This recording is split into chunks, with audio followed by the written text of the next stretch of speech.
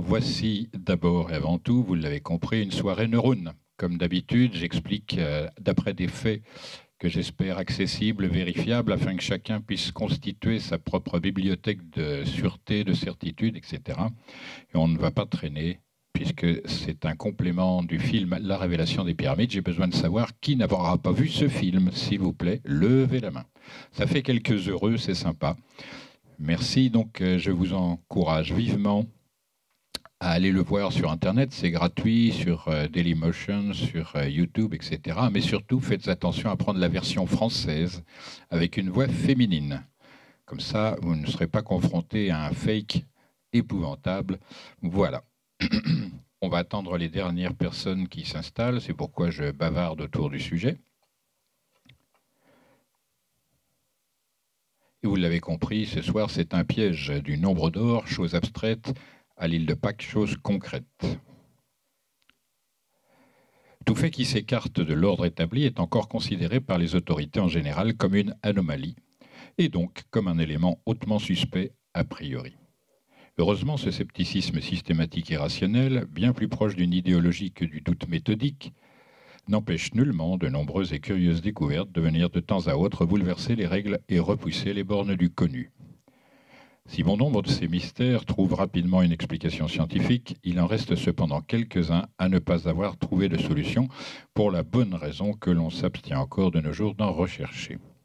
Or, comme le rappelle le physicien anglais William Thomson, dit Lord Kelvin, le découvreur du zéro absolu, et là je m'adresse à celles et ceux qui ont vu le film, Jean-Pierre Adam, la science est tenue par l'éternelle loi de l'honneur à regarder franchement en face et sans craindre tout problème qui peut se présenter à elle. Comme le rappelle judicieusement l'astronome Camille Flammarion, c'est de l'observation exacte des faits inexpliqués que sont nées les principales découvertes. Or, des faits inexpliqués, il y en a et en très grande quantité. Ce qui tombe bien, puisque selon Jean-Baptiste Lamarck, il n'y a pour l'homme de vérité positive que les faits qu'il peut observer. Sauf les faits, tout n'est qu'opinion. Pour ma part, je ne fréquente pas l'opinion, la reine du monde, comme aurait dit Shakespeare. Je ne me borne qu'à évaluer les faits, et je vous invite à en faire autant dès que possible. Pour qu'il n'y ait pas d'ambiguïté, je présente un petit peu mon parcours de manière synthétique en citant 2 fois de suite René Descartes. La pluralité des voix n'est pas une preuve qui vaille bien pour les vérités un peu malsaines, pardon, vous avez entendu le lapsus, malaisé à découvrir, parce qu'il est bien plus vraisemblable qu'un homme seul les ait rencontrés que tout un peuple. C'est un peu cela qui m'arrive, je suis seul, pas contre tous, fort heureusement vous êtes là, mais la solitude n'engendre rien ou presque. Donc la deuxième partie, c'est qu'à cette époque, lors de mes découvertes, j'avais une quinzaine d'années et je ne savais pas à qui m'adresser pour les valider, les invalider, pour les évaluer, etc.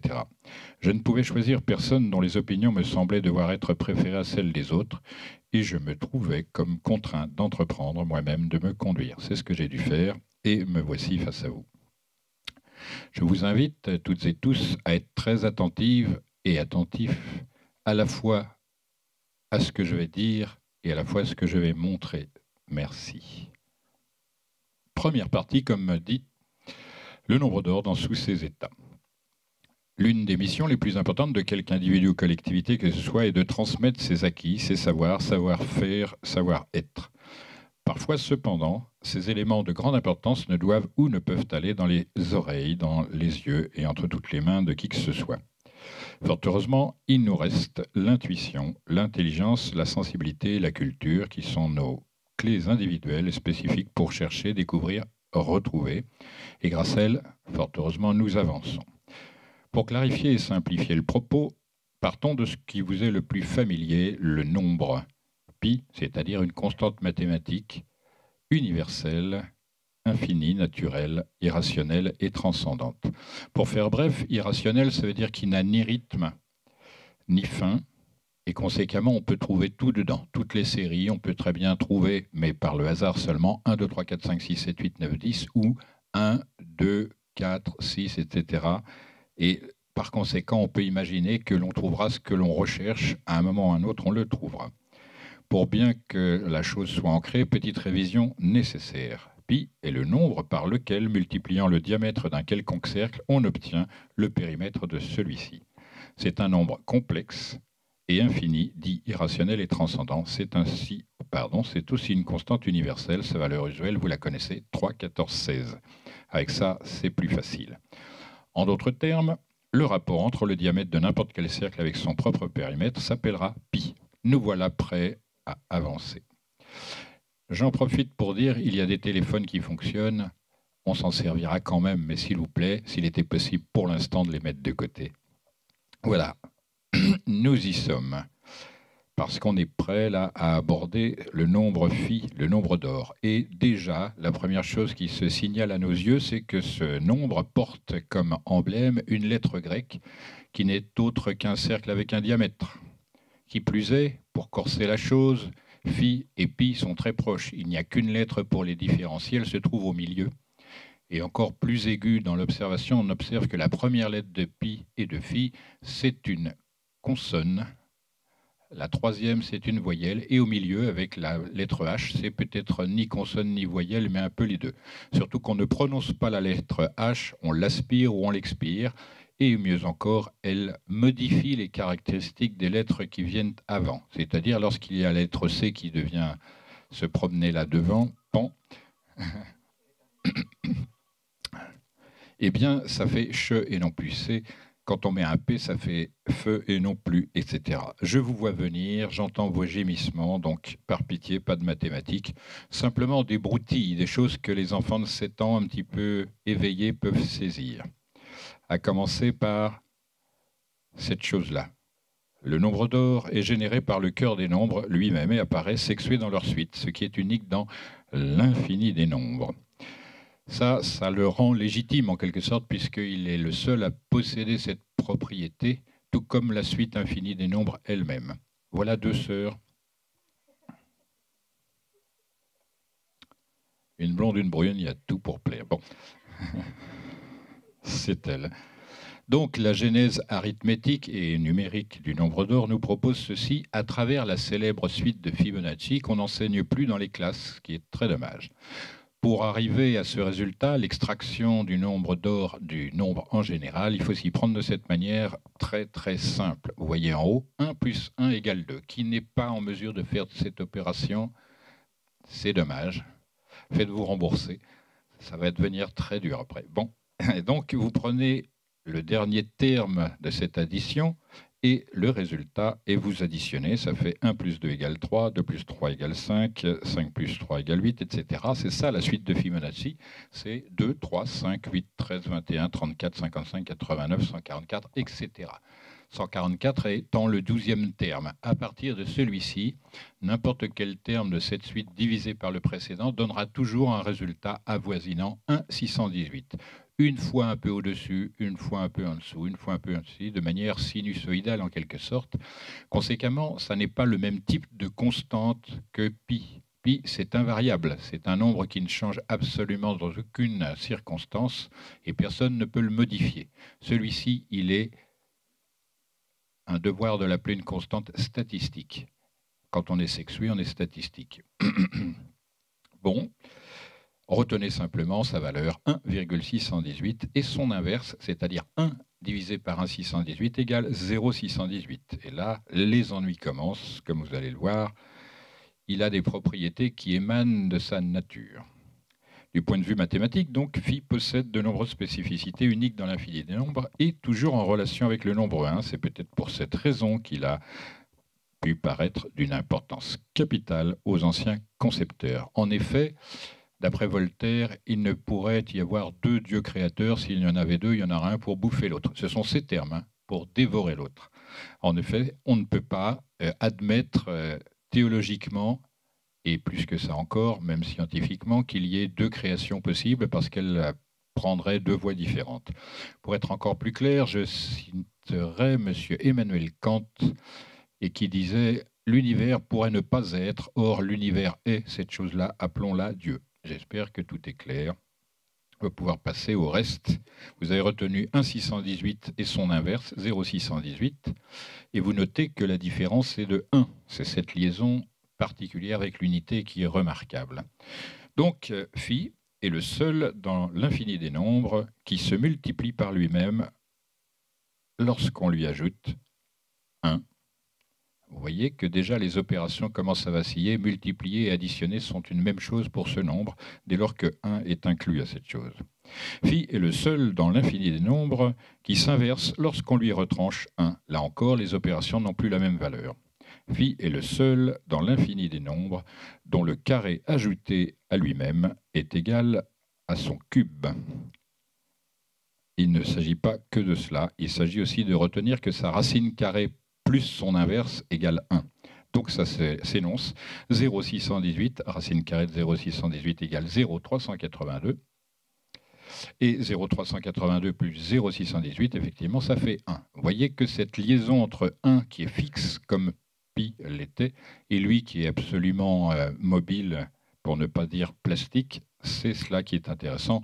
Ce qui nous intéressera simplement, c'est de nous souvenir de cette opération diabolique, phi plus 1 égale phi carré, ou encore phi moins 1 égale 1 divisé par phi, le résultat étant 2,618 pour la première opération, 0,618, et là, l'écart est de 2 unités. C'est là que j'en profite pour signaler la différence fondamentale entre les mathématiciens anciens et les mathématiciens modernes, pour qui je n'ai pas une sympathie approfondie, vous le devinez. Le nombre d'or pour les modernes est le résultat de l'équation suivante. 1 plus racine carrée de 5 divisé par 2 égale phi, le nombre d'or de valeurs approchées, 1,618, 0,33, etc., etc. Des milliards d'années pourraient s'en suivre avec la notation de ce qu'il compose. On n'en a pas besoin. C'est là aussi qu'il faut remarquer que lorsqu'on a affaire à des constantes irrationnelles, personne n'est en droit d'exiger l'exactitude et la précision. On verra tout à l'heure que mathématiques et métrologie imposent également cette nuance. Alors donc, les modernes nous disent cela, et là, ils considèrent la racine carrée de 5, numériquement parlant 2,236, comme un nombre banal, ordinaire et anodin. Pour les anciens, en revanche, ce nombre 2,236 apparaît comme la somme du nombre d'or et son inverse. Vous pouvez vérifier 1,618 plus 0,618 égale en effet 2,236, ces opérations n'ayant pas de terme. Quand je suis confronté à des nombres irrationnels, je ne les appelle pas comme ça, parce que mon intention dans ce film prochain, c'est de démontrer que ce ne sont pas des nombres irrationnels, ils ont des structures et des rythmes géométriques. Simplement, j'ajouterais que cette vision des anciens à l'égard de ce type de nombre infini va rendre très différentes les mathématiques des bâtisseurs. Contrairement aux nôtres, les bâtisseurs ne se perdent pas dans des subtilités, ils collent toujours la réalité à l'abstraction. Et ils ont raison. Donc les modernes posent l'équation 1 plus racine carrée de 5 divisé par 2 égale phi, alors que les anciens disent phi plus 1 divisé par phi divisé par 2 égale phi. C'est une tautologie, c'est une stupidité. C'est pourquoi je considère comme les anciens que les mathématiques contemporaines énoncent parfois de lourdes stupidités et ne considèrent pas autre chose que la valeur quantitative des nombres, alors que les anciens s'intéressaient à la valeur qualitative des nombres aussi. Pour bien dire les choses, ils collent toujours, comme je viens de l'énoncer, le réel à l'abstrait. Donc, ce que ne font pas les modernes, les anciens le font, ils rapprochaient toujours l'abstrait du concret. Ainsi, les éléments de cette équation se rapprochent-ils d'un triangle rectangle aux propriétés singulières. 1 de petit côté, 2 de grand côté, racine carrée de 5 évidemment comme hypoténuse, merci, personne ne s'est trompé. Un bon point. Donc ça n'est autre que la moitié du rectangle composant, si je puis dire, le sol de la chambre haute de la grande pyramide, qui fait en effet ce rectangle 1 sur 2. Et là, donc ce que j'ai dit à partir de racine carrée de 5 nous permet de donner une indication qui lie les mathématiques pures à la valeur, cette fois-ci, métrologique, utilisée par les bâtisseurs. Et je ne dis pas les Égyptiens, car comme vous le verrez dans ce prochain film, tout le monde sur la Terre utilisait la coudée.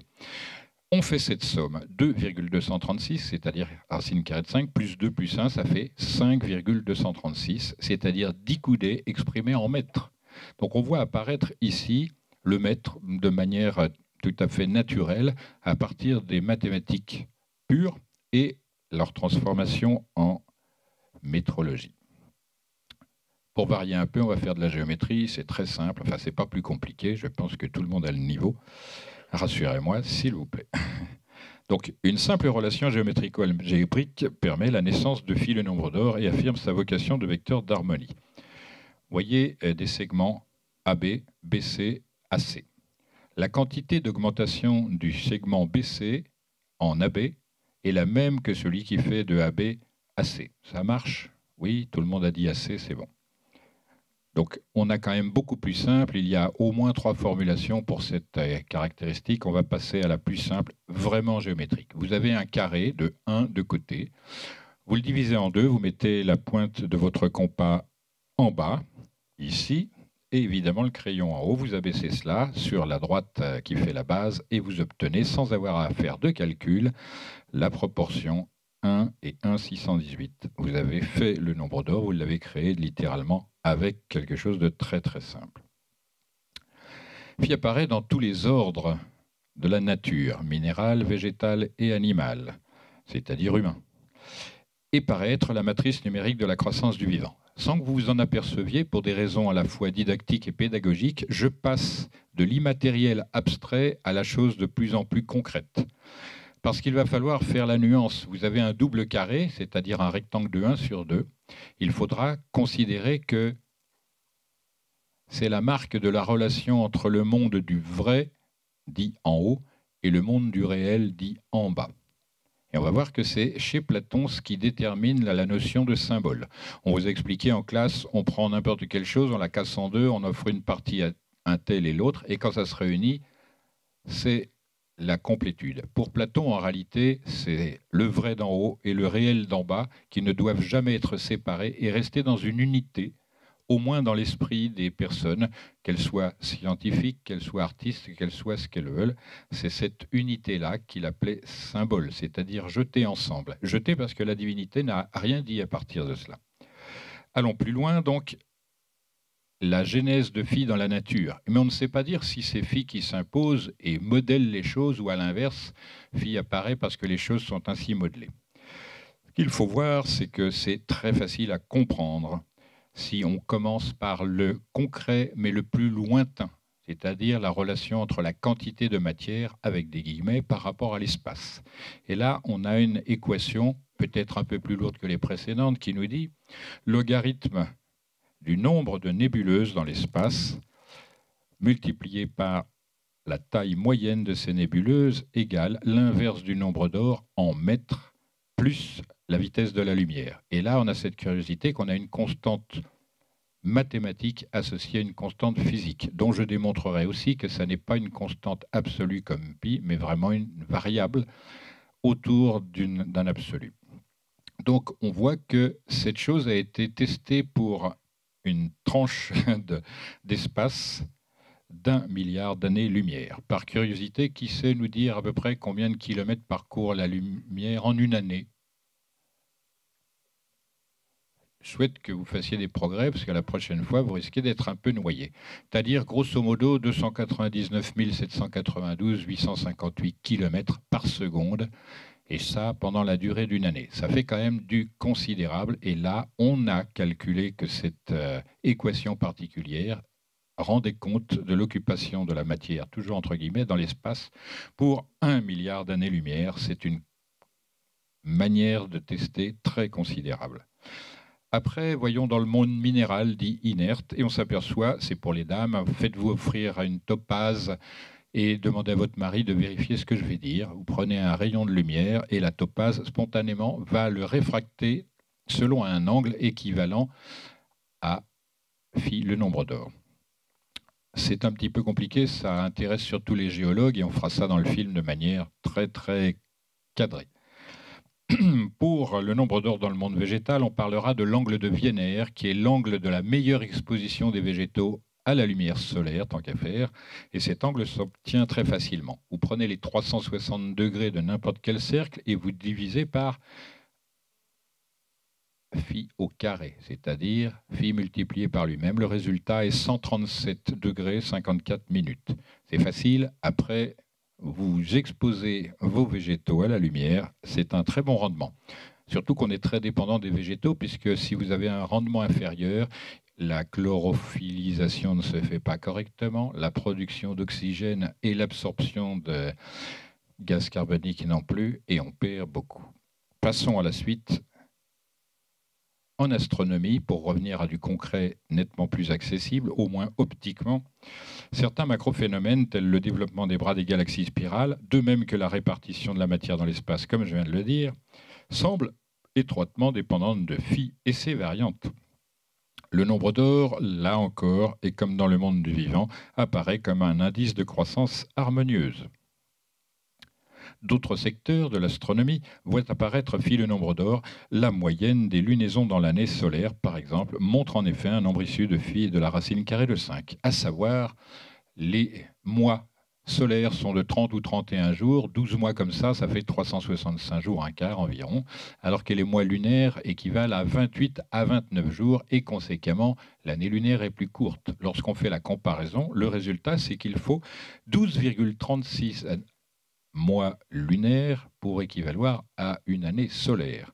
Or, 12,36, c'est racine carrée de 5 moins 1, et conséquemment, phi plus l'inverse de phi, moins 1. Là, on rentre dans du concret. Cette tête-là, vous êtes inconnu.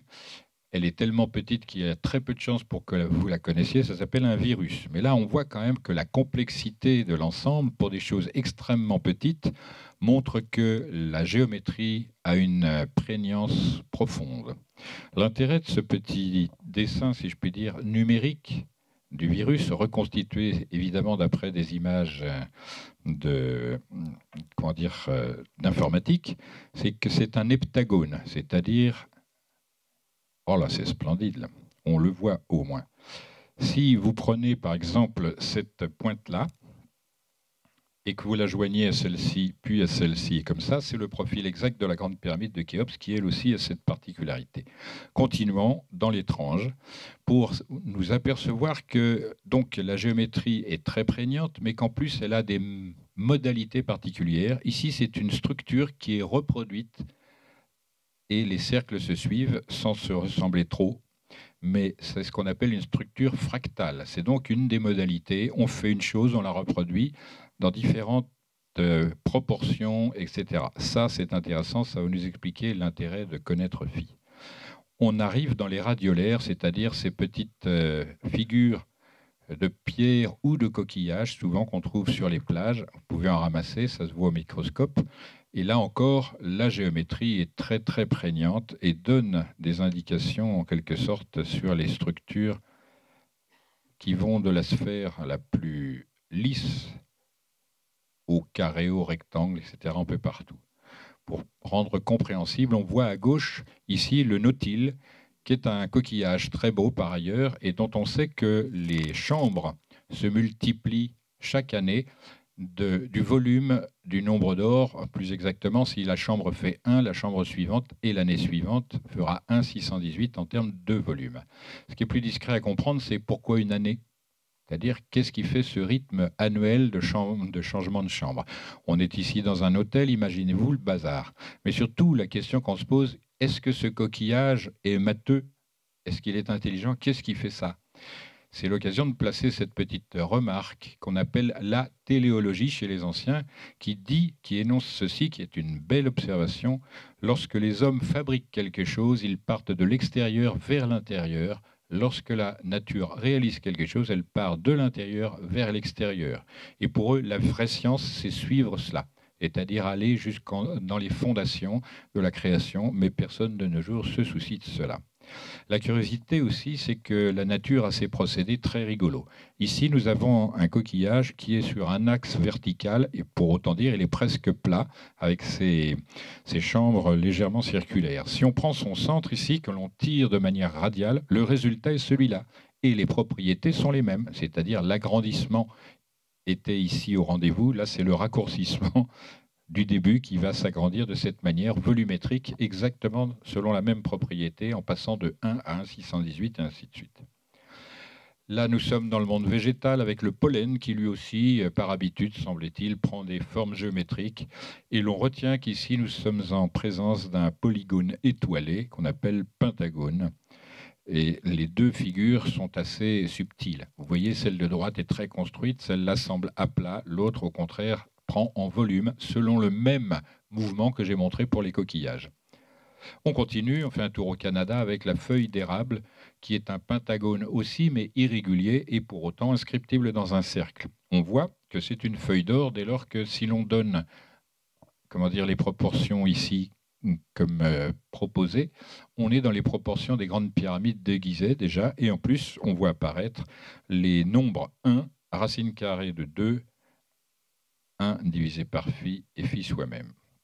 Continuons dans les plantes, et l'on constate que l'on revient, sans le dire explicitement, mais j'espère que vous notez cela, vers l'angle de Wiener. 137 degrés 54 minutes, l'angle d'insolation le meilleur pour les plantes. Et elles, qui ne sont pas matheuses pour autant, prennent automatiquement cet espace dans la largeur et dans la hauteur. Ce qu'il faut remarquer, c'est que cette science, qui s'appelle phyllotaxie, a été proposée par un astronome, Johannes Kepler, qui en plus était chanoine, ce qui ne gâte rien. Et lui, ce qu'il a découvert, c'est que dans la constitution des plantes, ce qui faisait la distribution des feuilles, c'est le fait que des spirales de raison phi entourent la tige principale. Et conséquemment, eh bien, les plantes obtiennent la meilleure exposition. Pour la fougère, qui est l'une des choses végétales les plus anciennes sur Terre encore, la proportion d'allongement et d'élargissement est la même que partout ailleurs, le nombre d'or phi. C'est-à-dire plus elle s'allonge, plus elle s'écarte en même temps. Et ça vient de l'intérieur ou de l'extérieur, on ne le sait pas encore, mais la nature fait ce travail comme si elle avait toujours été en capacité de le faire. Ça semble être né au début même de l'univers, puisque quoi qu'on fasse, on voit le nombre d'or en action. Continuons dans le végétal avec cette pomme de pin, qui elle aussi, tout comme la plante avait sa tige entourée de spirales au nombre d'or, là ce sont deux spirales qui se découpent mutuellement l'une l'autre en segments de 1 sur 1,618. Donc le nombre d'or s'inscrit dans cette croissance et croît en proportion avec la chose, ce qui fait que lorsque cette pomme de pin s'ouvre, elle a conservé ses lois d'expansion de spirales dorées. Ce qui est intéressant dans cette image plus particulièrement, c'est l'emblème de Héra, la femme de Zeus dans la mythologie gréco-latine.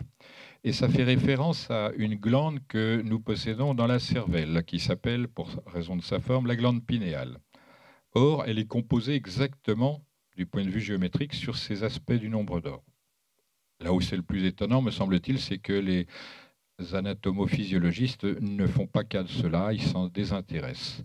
Le sous-entendu, c'est que s'il y avait un matheux en même temps que le personnel médical, ce serait peut-être très intéressant.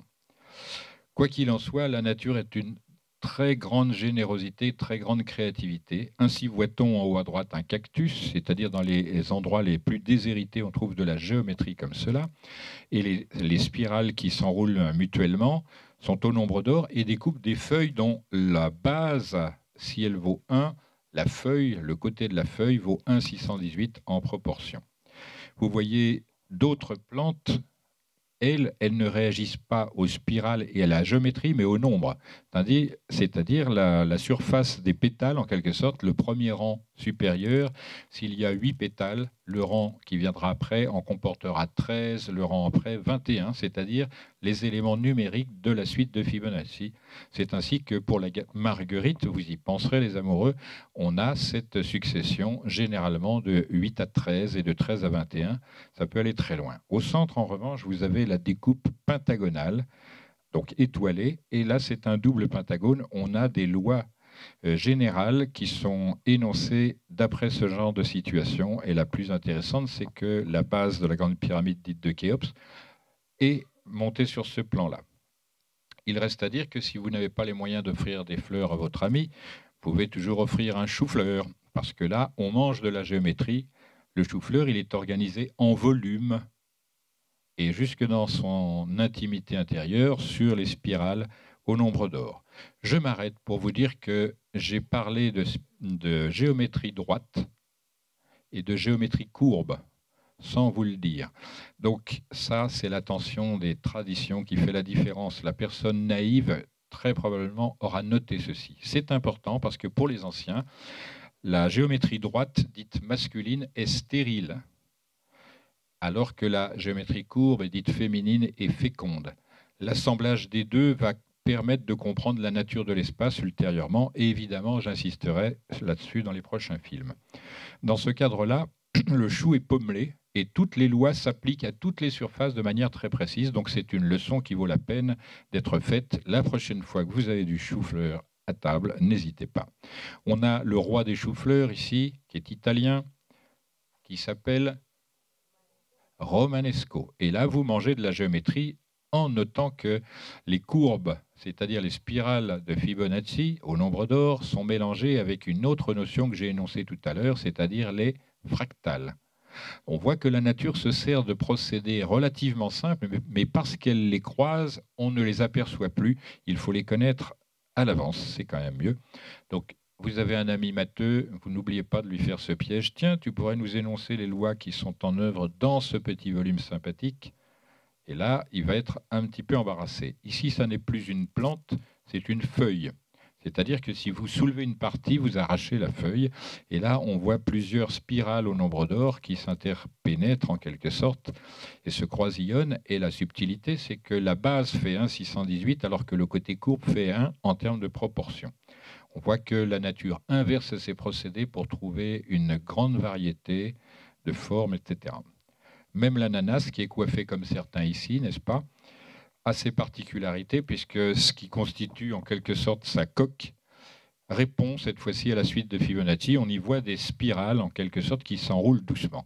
Si l'une, comme vous le voyez ici, comporte 5 plaques hexagonale, la suivante automatiquement en aura 8 et la dernière 13, c'est-à-dire des nombres de la suite de Fibonacci qui s'enroulent en apparence, mais c'est l'aspect numérique qui domine et non plus géométrique. Là, il faut ouvrir les yeux, j'ai fait une parenthèse, je n'ai pas montré de serpent parce que je ne veux pas de panique à bord, mais simplement observer les insectes. Ce sont de très bonnes leçons, un peu mobiles sur les bords, mais ça va quand même. Que ce soit les fourmis, les araignées, toutes sortes de mobiles insectivormes, on remarque que les dimensions relatives de la tête, du thorax et de l'abdomen sont dans le rapport de proportion du nombre d'or.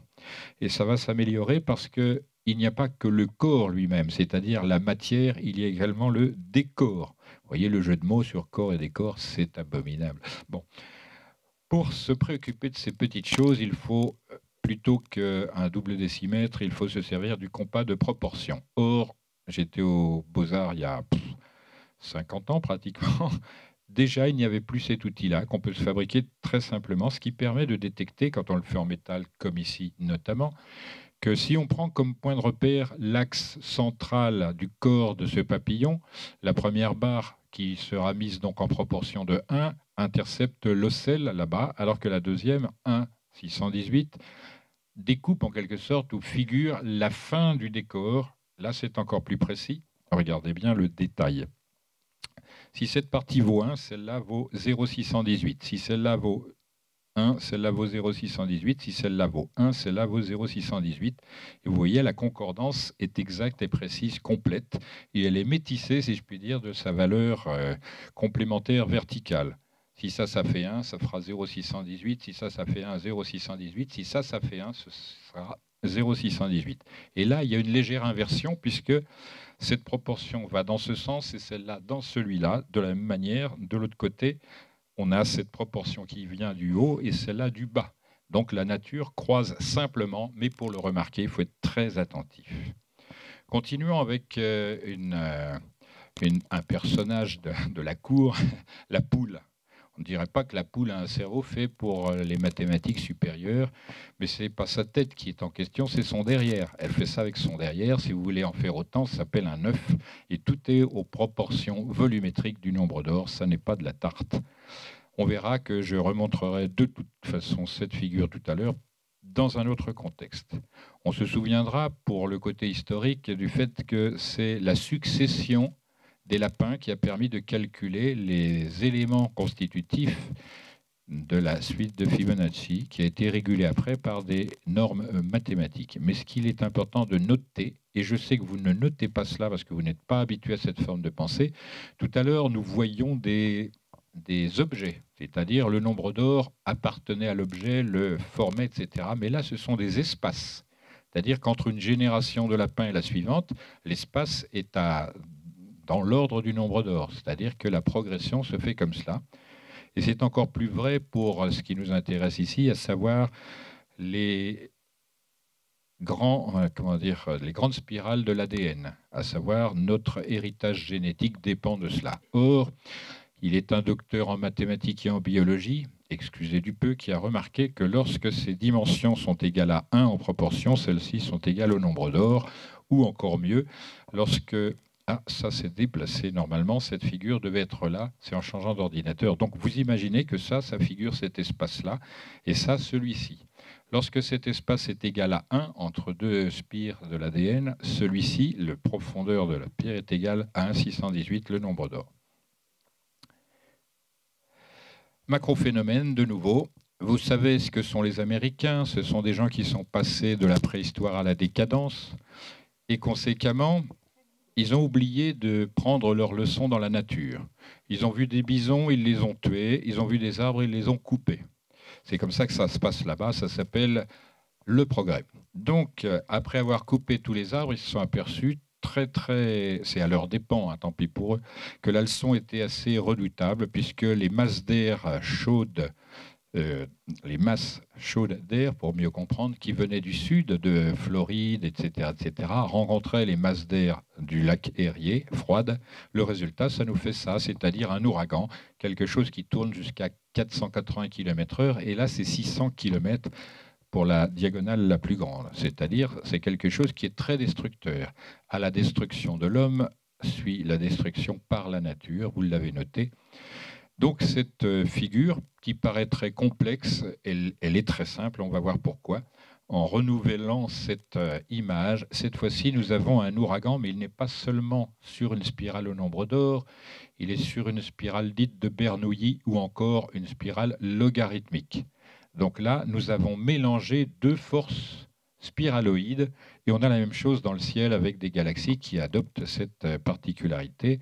Mais quoi qu'il en soit, les calculs sont extrêmement simples parce que quoi que l'on fasse, on est capable d'installer une spirale dont la hauteur de l'encadrement sera 1 sur la longueur 1,618.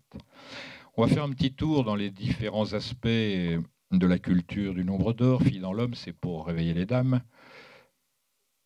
Mais ce sont les hommes qui ont le regard le plus inquisiteur, etc., et qui regardent tout le temps les proportions. On ne sait pas par quoi ils commencent et pourquoi ils commencent par ça, mais s'ils regardent les yeux, la relation entre l'iris et la pupille est semblable à 1 par rapport à phi. Pour l'oreille, c'est la spirale. Tout le monde n'a pas les oreilles en porte-manteau, mais statistiquement, cette spirale donne l'idée de l'enroulement de l'oreille. Et on voit pour la lèvre, si la lèvre supérieure faisait 1 cm, la lèvre inférieure ferait phi, le nombre d'or en centimètres. C'est pour le peu. Merci. On va améliorer le standard. Merci. C'est pour ne pas vous casser les oreilles à force. Voilà. Une bonnette c'eût été... Voilà. Continuons avec la main. C'est le médius, vous m'excusez, mais je n'ai pas d'autres exemples à vous proposer. Si les phalangines, phalangettes et phalanges sont en proportion du nombre d'or, on le remarque en prenant les dimensions ou les proportions, soit cette suite. 2, 3, 5, 8. Il y aurait donc 13, 21, 34, 55. Ça, c'est pour les mains de géants qui ont des doigts façon E.T. Le pied, c'est pareil, c'est en termes de proportion et même de surface, donc c'est assez intéressant à étudier. Là, c'est pour réveiller les messieurs. On a une quenelle en haut, bien connue, celle qui vaut pour la coudée, mais celle également pour la relation entre la main, la pliure de la main, etc., jusqu'à la saignée. On a la même chose pour le doigt. Quand on dit à quelqu'un « viens là », en réalité, on est en train de former une spirale de Fibonacci qui démarre avec le petit doigt ici qui s'enroule. Ça, c'est une spirale de raison phi. À droite, ça n'est pas Madame Sarkozy, un peu plus grasse, c'est Hypatie, qui était la fille de Théon de Smyrne, un ingénieur grec venu s'instruire à la grande bibliothèque d'Alexandrie.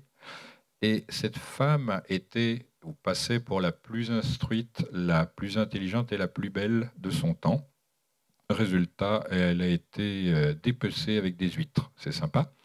Donc, avant que cela soit fait, on a noté ces proportions et on s'aperçoit que l'ensemble est régi par le nombre d'or, ce qu'on verra tout à l'heure avec un monsieur dont le nom laissait penser qu'il pourrait être menuisier, c'est-à-dire Léonard de Vinci. Alors, maintenant, je vais essayer d'établir une nuance qui ne paraît pas très intéressante, mais qui est fondamentale, à savoir l'esthétique et le beau. Quelles sont les différences entre les choses esthétiques et les choses belles? L'esthétique, c'est le déploiement mathématique à partir d'une symétrie. On voit la symétrie qui s'organise au centre par ce trait bleuâtre et autour les dimensions, les proportions, etc. Cette femme est quand même attractive et vous allez apprendre pourquoi. Ça n'est pas parce qu'elle est féminine qu'elle est intéressante, puisqu'on a exactement les mêmes proportions pour ce type d'individu qui n'est pas le modèle même qu'on choisirait tout cela. Maintenant, on va expliquer les choses rationnellement. Ici, nous avons le visage d'une femme qui a été établi par des formules mathématiques et reproduit par des procédés numériques. Sa particularité, c'est que chaque point de la droite de son visage a le même point à la même distance de l'autre côté, c'est-à-dire ce qui est à droite est comme ce qui est à gauche. Donc il y a une forme de perfection, et c'est cela l'esthétique. En atteignant cette perfection, on perd tout l'attrait de la beauté, à savoir qu'il n'y a rien qui attire l'œil. Parce qu'en réalité, soyez rassurés, ce sont surtout les défauts qui attirent l'œil et qui font que les choses sont belles. Toutes les choses esthétiques sont figées, sans tempérament, sans intérêt, sans attrait, etc. C'est pourquoi je fais depuis le début de la tournée cette expérience qui me semble va se vérifier de nouveau. Je propose de choisir entre ces deux visages dont vous ne savez rien, à savoir, ma demande est celle-ci. Les personnes qui préfèrent le visage à gauche, lèvent le doigt, s'il vous plaît. Oui, vous êtes 3, 4. À mon avis, vous allez payer le pot en sortant. Hein. Ça sous-entend que les personnes qui préfèrent le visage de droite, très rougeau d'ailleurs sur l'image, hein, quelles sont-elles ces personnes qui préfèrent le visage de droite, s'il vous plaît? Voilà, ça c'est un vote massif. Merci, une fois de plus, ça se vérifie. Ici, vous avez le visage esthétique et là, le visage avec plein d'erreurs, c'est-à-dire des différences par rapport à la ligne de symétrie centrale. Et c'est celui-là qui retient le plus l'attention. C'est celui qui donne l'impression qu'il y a une vie, un sentiment, des particularités, des choses originales, etc. On voit donc la différence, cette fois-ci, entre l'esthétique et le beau. Là où ça devient intéressant, c'est que lorsqu'on fabrique des édifices, et notamment géants, et des édifices qui sont assujettis, comme toutes les constructions, au risque tellurique, celui-là va casser le premier parce que toutes les forces sont également réparties, alors que l'autre, grâce aux défauts, va avoir les forces telluriques gênées parce que ça va se distribuer de manière presque aléatoire. Donc c'est important de savoir que les anciens attribuaient la perfection non pas à la symétrie, mais à l'asymétrie. Et il soulignait le fait que la divinité ne créait pas des choses rigoureusement semblables, comme le fait l'homme grâce à l'industrie, mais chaque individu est unique. Ça aussi, ça fait partie de la manière dont les anciens voyaient les choses. Quittons ce domaine laborieux pour aborder la science du plein et du vide, à savoir l'architecture.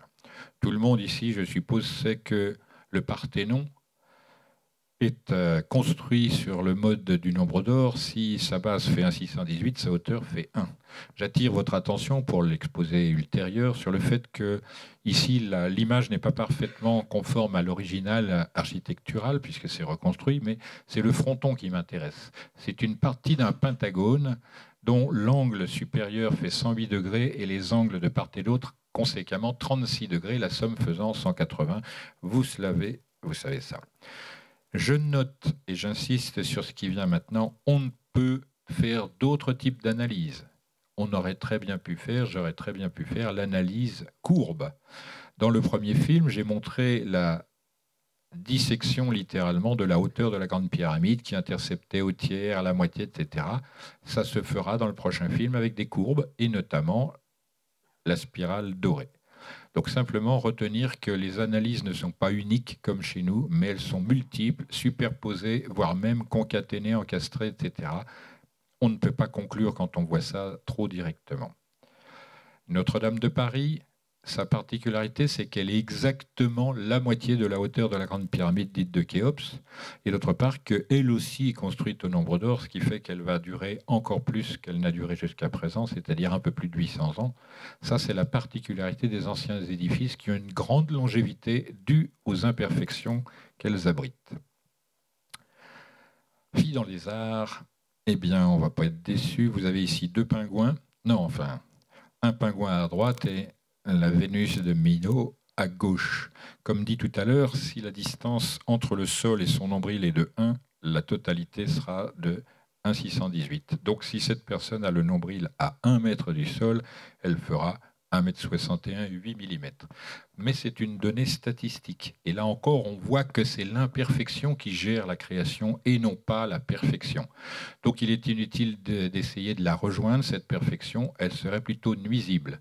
En réalité, la spiritualité des anciens demande non pas d'aller tout le temps vers le haut, mais de faire que les choses du haut viennent en bas et les choses d'en bas viennent vers le haut. On voit que la nuance est considérable et teinte très différemment leur philosophie de celles qui nous sont connues, qui sont la plupart du temps des sottises. Le pingouin, lui, aussi est proportionné au nombre d'or, mais ne le dit pas. Il n'est pas dans un musée pour cette raison. Voilà maintenant une petite analyse d'une œuvre d'art telle que l'on devrait les faire dans les écoles et qu'on ne fait pas. Vous avez ici donc en superposition des figures qui notent, si je puis dire, les caractéristiques géométriques de cette composition.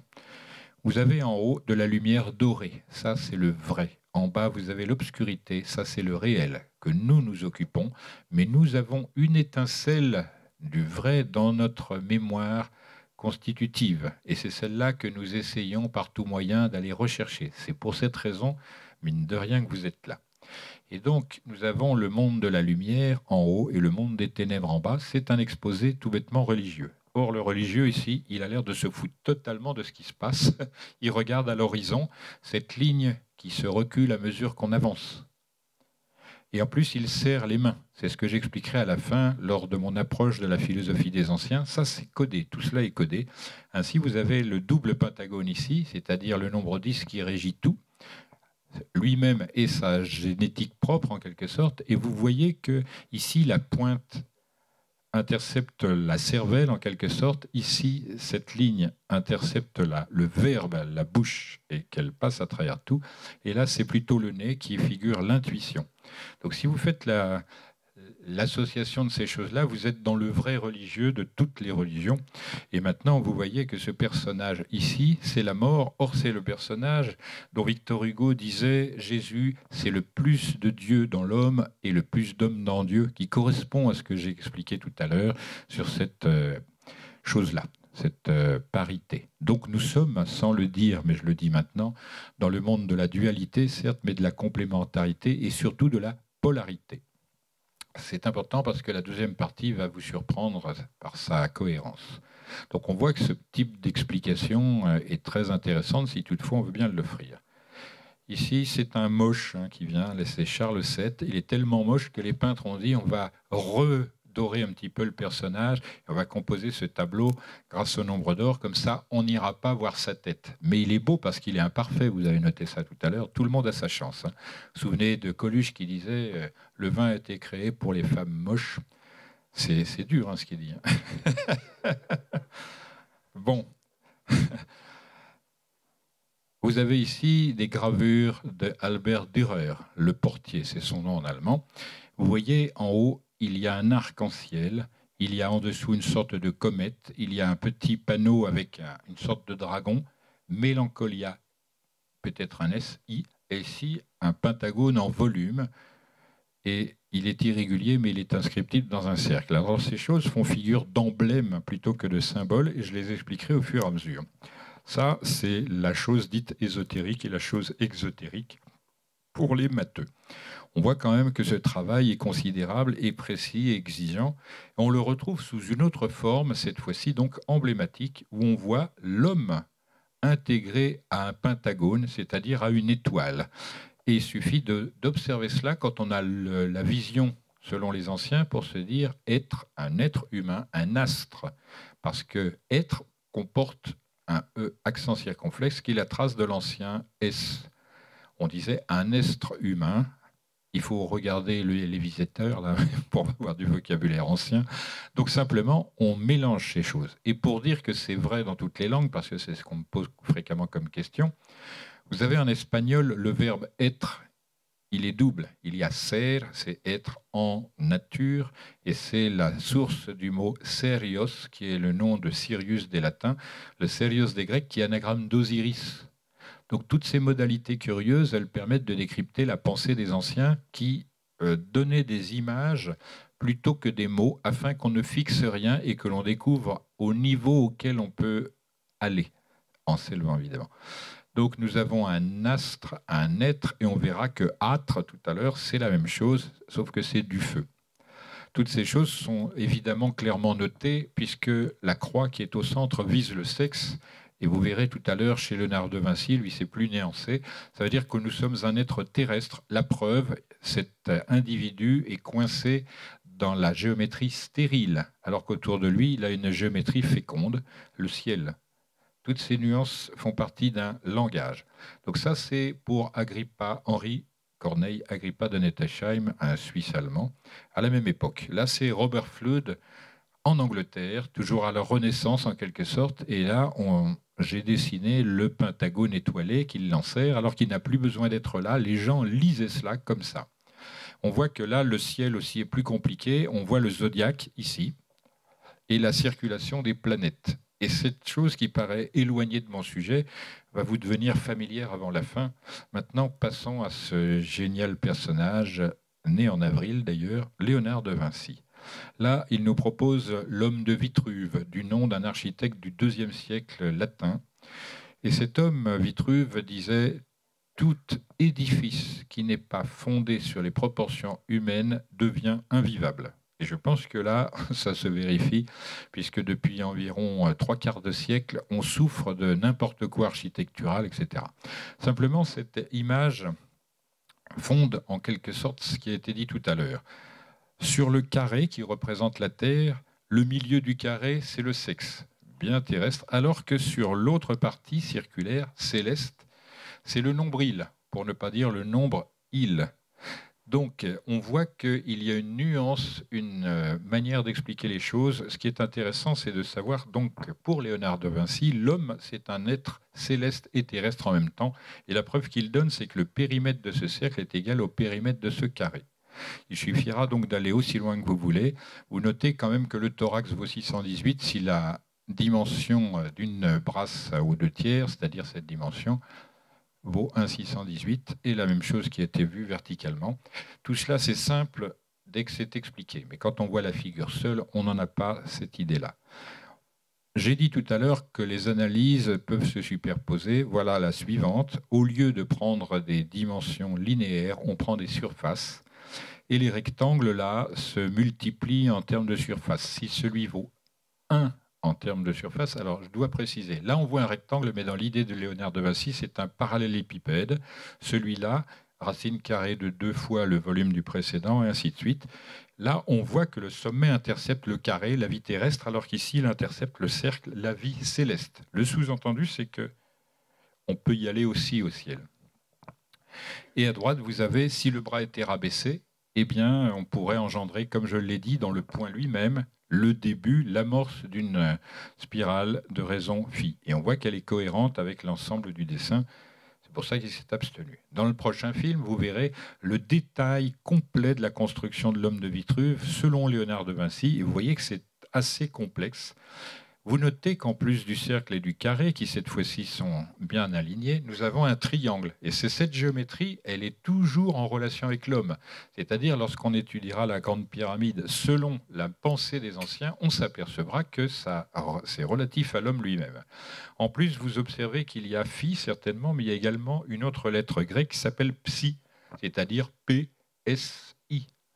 Donc on voit que cette construction à partir de pi, P-I, phi, PHI, et là, PSI, c'est l'ensemble d'un programme, si je puis dire, intégrant des notions mathématiques relatives aux proportions et à la vie même de l'individu, comme vous allez le comprendre dans la suite. S'il n'avait fait que cela, on le dirait très très bon, ce Léonard, mais il a fait pire que cela. La Joconde, c'est-à-dire Mona Lisa, en grec monoslitos, pierre unique, parce qu'il considérait, les artistes et lui, que la création est unique et qu'elle est solide comme une pierre.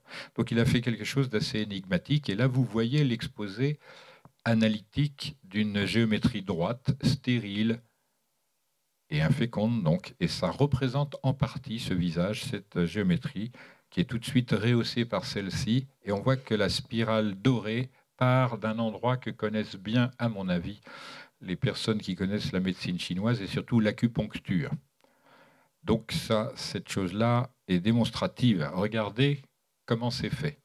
Cette fois-ci, c'est là qui vaudra 1 jusqu'au col, et la suite 0,618.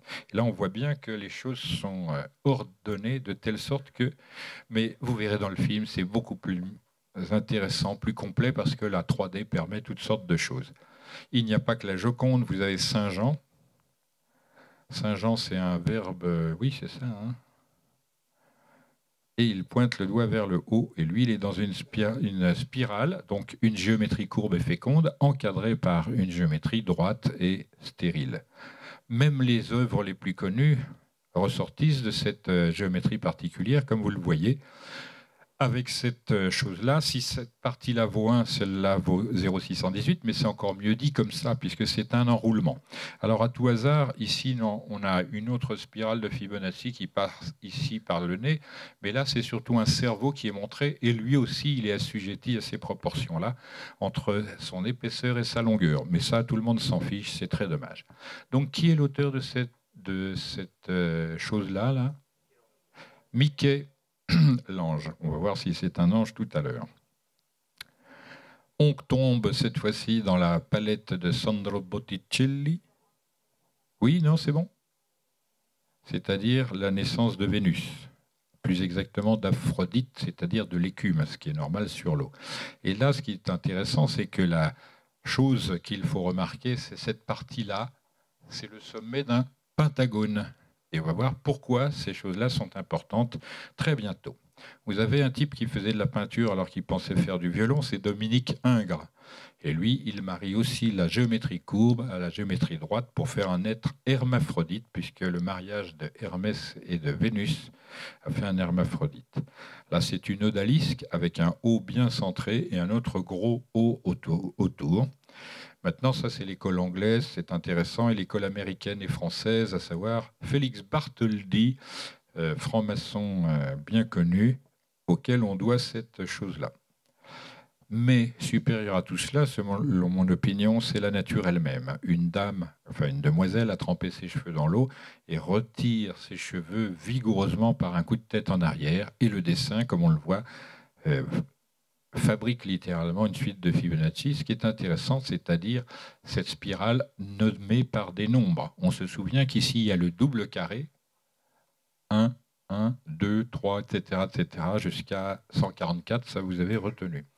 C'est intéressant parce que là, on a la possibilité d'étudier le rapport en physique de la masse, de la vitesse et de la rigidité. Ça permet des applications donc physiques au-delà de la matière, puisque là, c'est la vitesse dont on juge, etc. Et ça explique pourquoi les arts martiaux sont intéressants. À droite, vous avez des pratiquants de l'aïkido. On appelle uke et tori, c'est-à-dire celui qui fait et celui qui subit. Qui a fait, s'il vous plaît, de l'aïkido parmi vous ? Ça ne fait pas des masses. On vous a expliqué que ce sont deux sphères qui se touchent par un point de tangence. Et celui qui fait le dégagement, si je puis dire, de cette attaque potentielle, il a pour charge de faire des volutes à l'ennemi, entre guillemets, à l'adversaire, ce sera mieux, jusqu'à ce qu'il perde son point de gravité et par conséquent s'étale. Voilà, ça c'est le principe. Il n'y a aucune énergie supplémentaire, la plupart du temps, c'est parce que ça va tout seul. On voit en revanche que l'art contemporain, à gauche, Botero. Dans Botero, il y a Thérault, évidemment. Parce que la dame ici, on sait immédiatement que son centre de gravité ne lui permet pas de tenir debout. Là, c'est une forme d'imperfection, comme tout à l'heure, qu'on appellera la beauté, enfin, si on veut. Donc j'ai essayé, sans vous le dire, d'expliquer comment aller de l'unité à la complexité. Mais je vais le figurer cette fois-ci sous son aspect mathématique, ce chemin-là, et vous expliquer que les anciens Égyptiens, mais surtout les bâtisseurs, ne calculaient pas en chiffres, mais en fractions. Pour cette raison, c'est que si on a 3 oranges l'une à côté des autres, eh bien, aucune n'est semblable à la voisine. Simplement, ça, pour eux, ça s'appelle la logistique, c'est-à-dire une quantité. Alors que eux pratiquent la mathématique, c'est-à-dire des qualités qu'on trouve dans la création.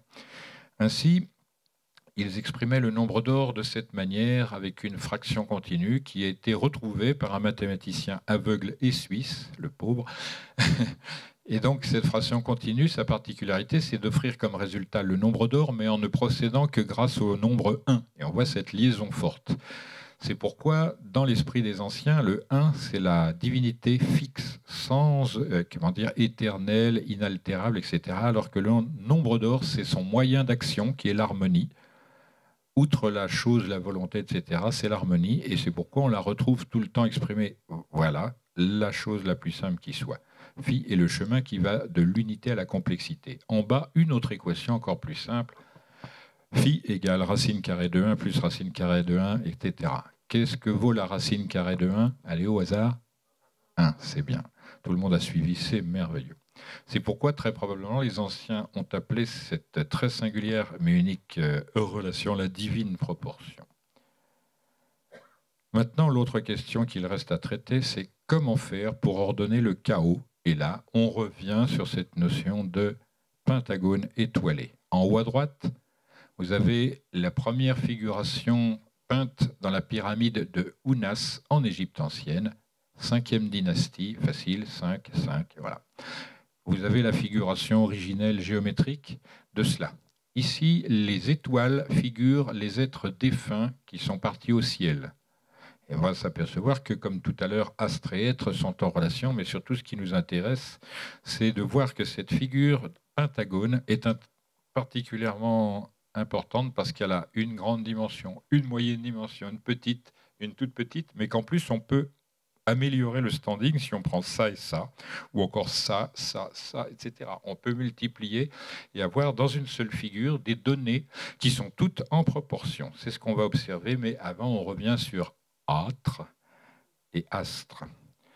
La particularité, c'est que l'astre, c'est du feu dans le ciel, alors que l'âtre, c'est du feu sur la terre. Et cette liaison se fait par le fait que le feu monte tout le temps vers sa source.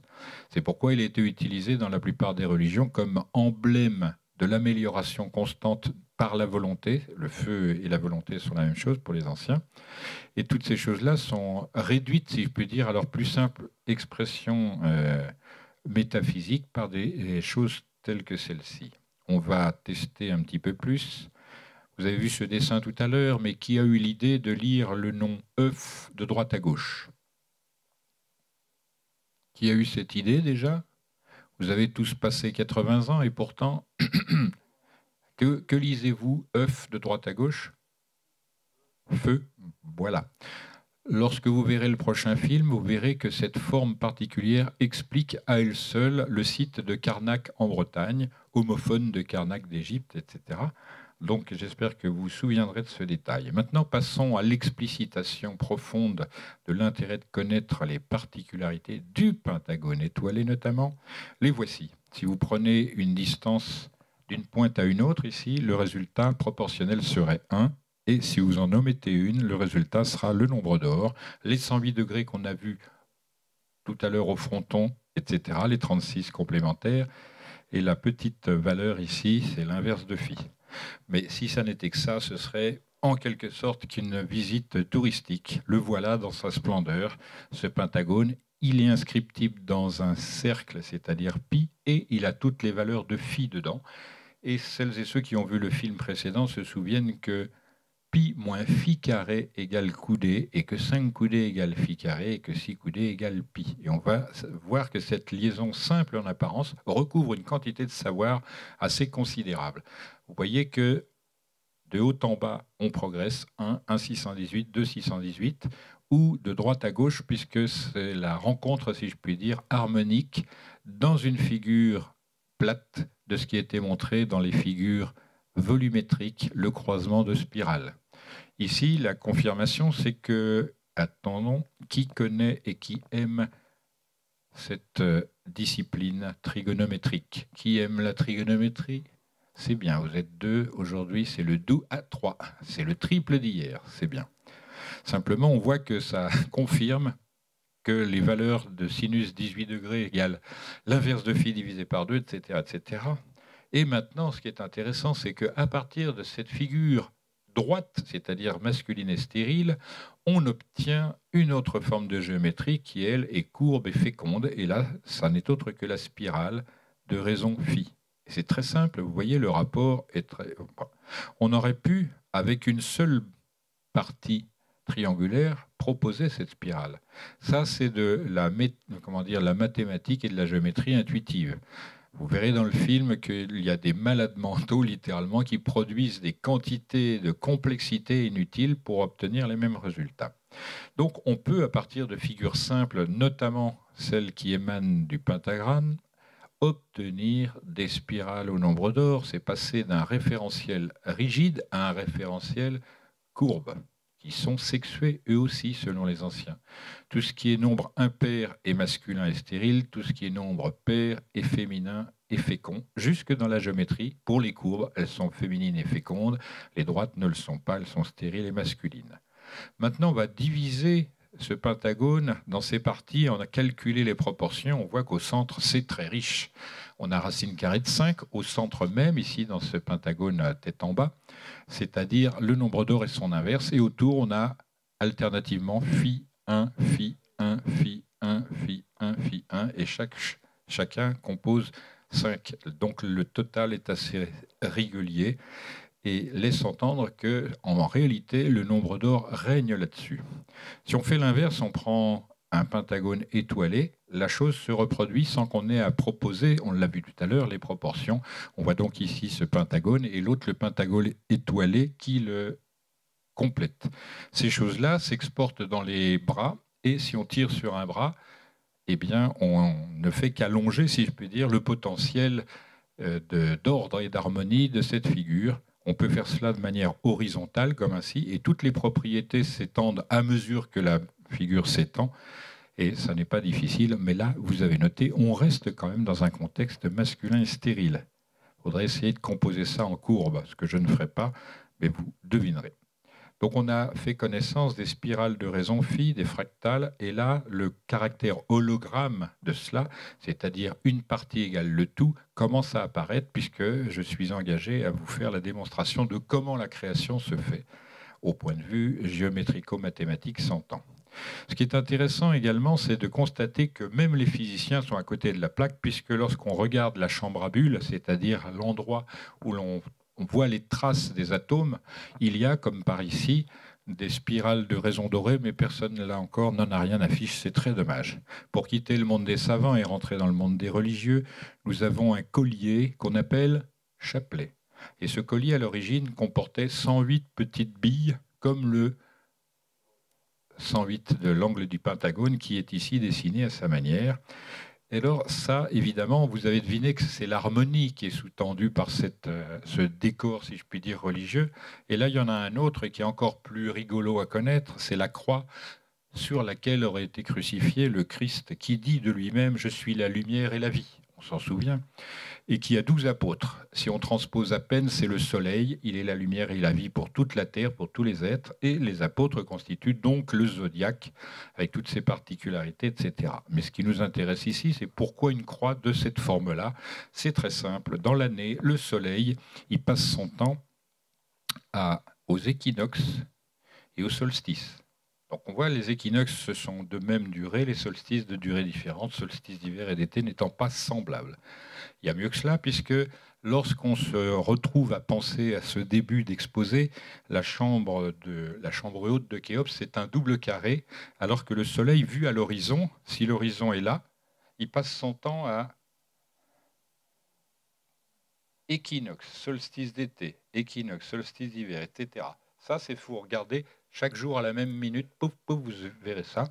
D'où son nom en grec hélios pour hélice, anagramme de isolé d'une part, et d'autre part, ça fait la figure du 8 et de l'infini. vous connaissez ça, qui porte un autre nom désormais, mais c'est intéressant parce que la lettre H et sa géométrie particulière, 1 égale 1 pour le double carré, mais la diagonale égale phi et son inverse, c'est-à-dire une égalité arithmétique, c'est nos maths actuelles, et l'égalité harmonique, les maths des bâtisseurs. Et donc, lorsqu'on voit cette lettre H qui apparaît, et c'est la même que le 8, puisqu'elle occupe le 8e rang de notre alphabet, allez recompter, vous avez le temps. Autre exemple religieux, ce sont des gravures médiévales. La première, on voit donc un pentagone étoilé et un autre qui ne l'est pas dans un cercle. Et on sait que le pentagone recèle le nombre d'or et que pi, voilà, c'est phi carré, sous-entendu avec pi, c'est cette relation dite dorée pour les uns et coudée pour les autres. Ils extraient de cette figure-là quelque chose qui ressemble au nombre 8, mais non pas en courbe, mais en droite. Et pour que le fait que ça, c'est infécond, ils vont le transformer en courbe. Et ça donne le Graal. L'intérêt de cette figure, c'est que toutes les parties qui ne constituent pas la coupe sont de même surface que la coupe elle-même. Et on voit que ces petits jeux-là sont ingénieux et transmettent un savoir. Qui plus est, une coupe, lorsqu'elle est vue de dessus, elle a cette tête-là. C'est normal parce que le plus souvent, elle contient de l'eau. Alors, tout à l'heure, j'avais parlé de Michel-Ange. On va le retrouver, ce petit bonhomme, en bas à gauche, avec ses ailes. Ça, c'est la molécule d'eau. Vous l'avez reconnu, je suppose, vous l'avez vu toute votre vie, même avant, dans le placenta, et avant, lorsque l'humanité sortait de la mer. Nous sommes d'accord. Chaque homme sort de sa mère, chaque femme aussi, n'est-ce pas? 4, bien, bravo. Enfin, tu n'es pas toute seule pour le faire, mais c'est bien ça, c'est la complémentarité. Donc ça, c'est la molécule d'eau constituée d'une grosse partie centrale, c'est l'atome d'oxygène, et de petites parties en haut, ce sont 2 atomes d'hydrogène. Ce qui nous intéresse, donc, c'est que cet angle, en gros, c'est toujours 108 degrés, mais ça dépend de comment on fait les mesures. S'il y a de l'humidité dans l'air, s'il y a une pression atmosphérique, la chaleur, etc., activité tellurique et toutes ces choses-là, et s'il y a une viscosité particulière au moment de la mesure. En gros, c'est 108 degrés. Or, cet angle, vous le savez, c'est celui qui est constitutif de l'angle le plus obtus du pentagone. Conséquemment, est-ce qu'on doit appeler la Terre eau ou terre, compte tenu du fait qu'elle a 75% d'eau, c'est-à-dire 3/4? Ça, c'est la bonne question. Quant à lui, je vais vous demander qui est allé récemment, si possible, au château de Versailles. Pas tous à la fois, c'est bon, merci. Personne. Quand vous irez, vous demanderez à voir le plan et vous verrez que les jardins face au château ont cette bobinette-là. C'est-à-dire, on dirait Mickey dessiné pour l'agrément, mais ça ne se voit que du ciel. Première remarque. La deuxième, c'est que vous irez visiter le reste de l'étendue royale de ce château et vous trouverez le petit Trianon. Eh bien, le petit Trianon, vous allez voir ce que l'auteur de Mickey en a fait dans Blanche-Neige, c'est-à-dire des petites baraques avec des toits de chaume très mignons, tout cela, et vous saurez que le créateur de ce petit village du Trianon à Versailles s'appelait Charles Mickey. C'est aussi le nom d'une petite pyramide, s'appelle Mykérinos, qui veut dire le nez de Mickey. Tout cela parce que Disney, c'est un Français à l'origine, il s'appelait Disney, et c'est son travail. Il a transmis des choses de la même espèce que celles que j'essaie de transmettre, avec des modalités locales et la mode du temps. C'est-à-dire, il s'est adressé à des enfants. Pourquoi? Parce que les anciens figuraient leur enseignement de manière fabuliste, sachant, comme le disait par exemple Aristote, la fable est une histoire fausse destinée à raconter le vrai. J'espère que vous en souviendrez lorsque vous verrez les films suivants.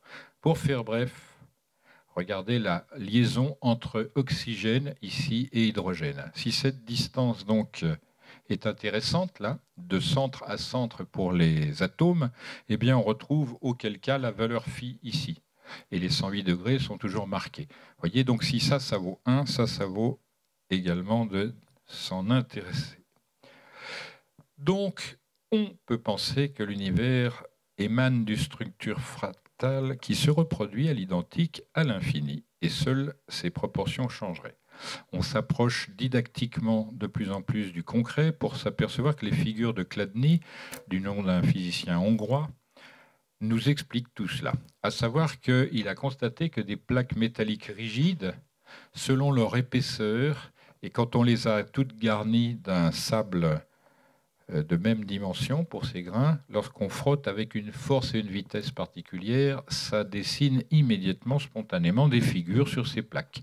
Donc le sable se réunit ou s'écarte pour fabriquer en quelque sorte ces figures-là, et elles sont d'une très grande variété. Ainsi, on peut imaginer que la vibration ordonne géométriquement, c'est-à-dire avec un ordre particulier qu'on ne connaît pas, mais qu'on devine, l'ensemble de la matière. On est là dans le monde de la reproduction fractale, etc., etc. Et il y a une autre manière pour aborder cela, c'est la dite spirale de Fibonacci qu'on retrouve, mais si on la considère en volume, eh bien on a un coquillage, parce que chez les anciens, il était de bon ton de dire que l'univers est né d'un coquillage et que la mer, c'est l'espace. Il me reste, avant de vous achever, quelques images. Soyez patients et courageux, merci. Celle-ci est intéressante parce qu'elle vient appuyer l'ensemble de l'exposé pour dire que l'espace, selon les anciens, serait composé justement, et selon Platon en particulier, de figures elles-mêmes constituées de pentagones. Si ça c'est un volume, on a toujours les équations suivantes dedans, celles qui correspondent au devant, au derrière, au haut, au bas, droite et gauche, c'est-à-dire les trois plans de l'espace. Ça marche, je ne vais pas trop vite. Et parmi ces trois plans, quel que soit l'endroit que l'on occupe, il y en a un qui est toujours le même, qui est le plus grand. Sa proportion, ça sera celle d'un rectangle qui vaut 1 de côté sur 2 618, etc., etc., pour l'autre côté. 1 ici, etc. Là, la figure est assez incertaine, mais on montrera ça en 3D, évidemment. L'autre particularité, c'est lorsque d'autres figures géométriques composent des pentagones, ici des triangles, et là, cette division de l'espace en 3 plans produit un rectangle de 1 sur 1 618. Vous avez deviné l'astuce, c'est qu'entre ces deux figures qui constitueraient à elles seules l'espace, la différence est pour la dimension 1, c'est tout. Et on associe polairement des nombres entiers, finis donc, et des nombres irrationnels, infinis. C'est sympa, ça explique pourquoi il y a des choses qui se dénombrent et des choses qui s'apprécient par des proportions et des qualités. Courageusement, maintenant, la dernière chose qui se compénètre avec ce qui vient d'être dit et qui explique la dynamique universelle, c'est tout bête. Là, ce nombre-là, je n'en ai pas parlé parce que je le destine aux chercheurs. Si quelques-uns d'entre vous cherchaient et trouvaient pourquoi ce nombre est là, s'il vous plaît, gardez-le jusqu'au film, faites-en profit pour vous-même. On va considérer celui-là dont on sait que c'est la racine carrée de l'inverse du nombre d'or. Là, c'est l'inverse lui-même, là c'est 1, là c'est le nombre d'or, ça c'est le nombre d'or au carré, l'autre au cube, etc. Et on constate avec intérêt que lorsqu'on prend deux termes successifs, ils composent le troisième. C'est donc une suite de Fibonacci, c'est-à-dire une suite au nombre d'or. C'est pourquoi cette chose explique par nature, par qualité intrinsèque, pourquoi tout est en harmonie et tout est en relation harmonieuse sans difficulté particulière. Tout ça parce que phi est le seul nombre dans l'infini des nombres qui permet d'associer une progression arithmétique à une progression géométrique. Ça marche. C'est pourquoi c'est numérique et géométrique en même temps et volumétrique évidemment de surcroît. Allez, plus que quelques souffrances, ça va. C'est tout cela qui a fait dire aux anciens et à certains que l'univers lui-même ressemble à une sphère sans dimension, donc féminine et féconde, contenant un pentagone inscrit dimensionné, c'est-à-dire masculin et stérile. Mais c'est intéressant parce qu'on sait que la sphère est ordonnée par pi, alors que le pentagone est ordonné par phi. Et cette concaténation revient dans la source même de ce qui vous a été donné dans ce premier film, pi moins phi carré égale coudée. 5 et 6, ce sont ces assemblages-là qui sont intéressants. 5 coudées égale phi carré, 6 coudées égale pi. On voit que cette synthèse globale, aussi curieuse qu'elle apparaisse, est quand même très complète et elle se déduit de cette notion-là. Maintenant, on peut dire, mais ce garçon, il est sympa, il est ingénieux et tout, mais c'est peut-être trompé. Mais là, il me semble que je ne me trompe pas si je vous montre des points d'égale dimension, noirs sur fond blanc. à peu près égal espacement. Et il me semble que tout le monde parmi vous voit des segments de spirale qui, hop là, oui ou non? Qui est aveugle? Merci. Donc cela, ça pourrait expliquer le fait que, comme notre œil est constitué aussi par des cellules qui affectent des formes liées par la rotondité de l'œil à pi et à phi pour l'ensemble harmonieux de cet assemblage, on pourrait voir le nombre d'or partout. Ça, si vous écoutez cela, vous vous faites piéger par un troll. Moi.